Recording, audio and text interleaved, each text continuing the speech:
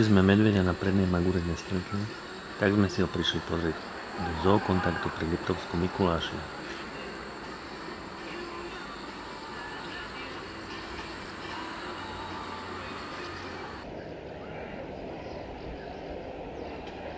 A tým, že medvedíkovia sú všežravci, tak tá potrava sa hlavne skladá z nejakého ovocia, zeleninky, pečivka a rybiek.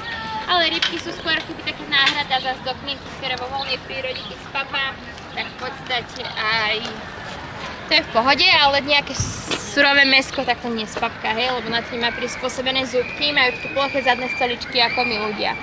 No inak teda les to veľmi aktívne zvieratá, vedia byť hore až nejakých tých 20 hodín denne a spinkajú len tak 4 hodiny denne, aj to väčšinou len v nejakých 20 až 30 minútových intervaloch a potom väčšinou sa hrajú, kúpu, naháňajú a vymýšľajú všelijaké somarinky, len aby upútali pozornosť tých návštevníkov.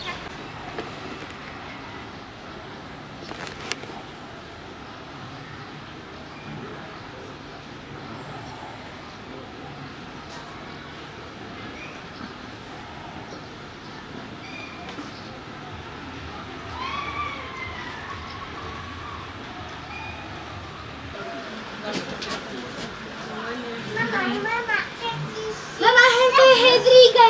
Áno, tam je Hedriga. To je ten